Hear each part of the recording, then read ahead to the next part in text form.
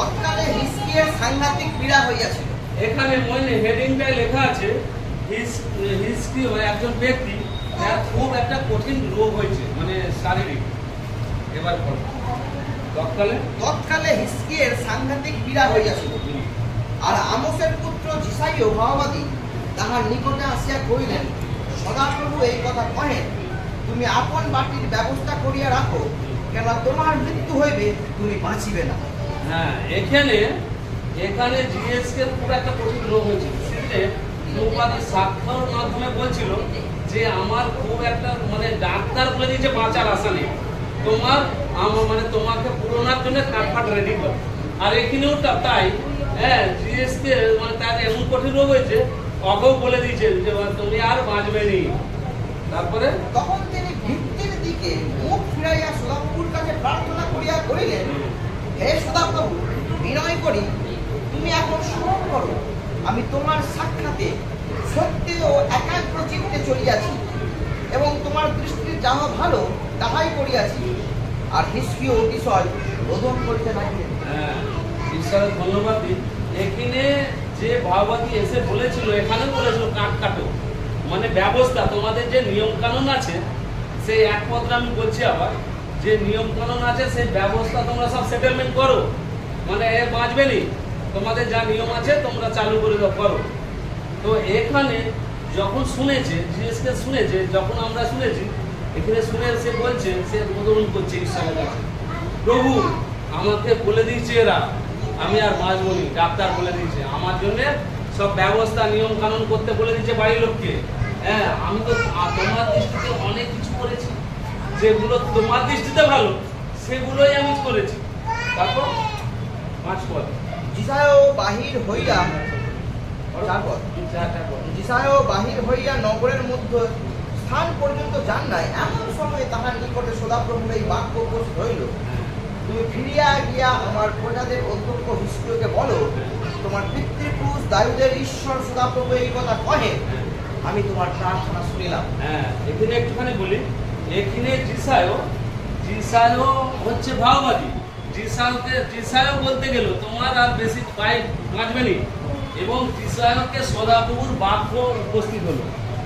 ঈশ্বর জিসায়কে আবার বললো তুমি ফিরে যাও, তাকে বলো, কি বললো? তোমার প্রার্থনা শুনিলাম। হ্যাঁ, তোমার প্রার্থনা শুনিলাম, আমি তোমার নেত্র জল দেখিলাম। হ্যাঁ, তোমার চোখের জল আমি দেখলাম। দেখো, আমি তোমাকে সুস্থ করিব, তৃতীয় দিবসে তুমি সদাপ্রভুর গৃহে উঠিবে, আর আমি তোমার আয়ু 15 বছর বৃদ্ধি করিব। সদাপ্রভু বলে দিল যে আরো তোমার বয়স 15 বছর বৃদ্ধি করিব। তো সেই সদাপ্রভু, আমাদের সদাপ্রভু একই সদাপ্রভু, সেই সদাপ্রভু ঈশ্বরের কাছে আমরা প্রার্থনা করছি। সে জিসায় যেমন প্রার্থনা করেছিল এবং চেয়েছিল, আমরাও এই দিদি দাদার জন্য প্রার্থনা করবো। ঈশ্বর সেখান থেকে আশীর্বাদ করবে, আরো 15 বছর আয়ু বৃদ্ধি করবে, যেখানে বলেছে। আর তোমরা জানো আরো প্রচুর দিন বাঁচবে, কারণ এখানে বলেছে, আমরা বললাম আরো আয়ু বৃদ্ধি পাবে। তো ঈশ্বরের কাছে প্রার্থনা করি আমরা সবাই একচিত্তে, আমরা প্রার্থনা করব, ঈশ্বরের আশীর্বাদ করে। পবিত্র পবিত্র পবিত্র স্বর্গের মহান ঈশ্বর বাবা, তোমার তুমি করুণাময় প্রভু, তোমার ভালোবাসা আমরা সবাই বর্ণনা করতে পারি। তোমাকে যত জানে তত আমাকে কম জেনে যায়। ধন্যবাদ, যে সুন্দরভাবে ভগবানকে আমাদের এই রকমভাবে জানিয়েছ, ধন্যবাদ। আর এখন প্রভু বিশেষ করে প্রার্থনা জানান ভাইয়ের জন্য, তুমি জানো কি হয়েছে না হয়েছে, কারণ তুমি তোমার অভিজ্ঞতা এবং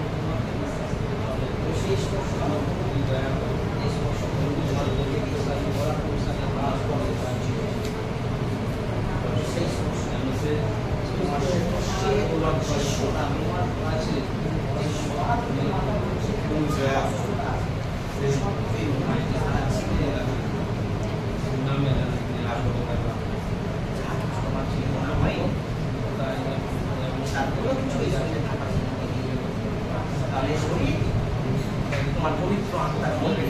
আর লেখা আছে যে এই মন্দিরকে বিনষ্ট করতে আসবে ঈশ্বর নামে শয়তান এই শরীরে থাকা মন্দিরকে দিই না, কারণ তোর থেকে ঈশ্বর মহিমা পায় না।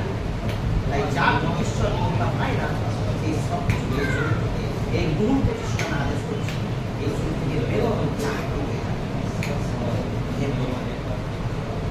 তুমি বলছো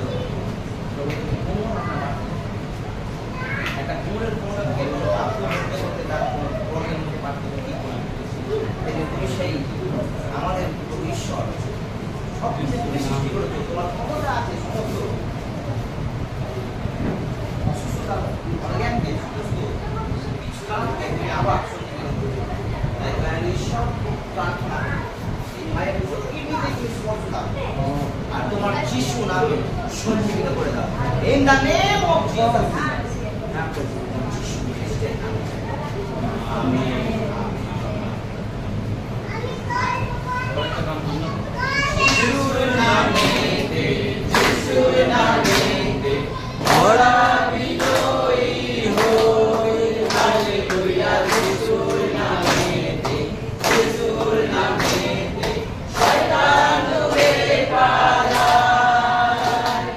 প্রভু যিশুর বিজয়ী নামে প্রতিরোধ করতে পারে কে? প্রভু যিশুর বিজয়ী নামে মোরা বিজয়ী হই।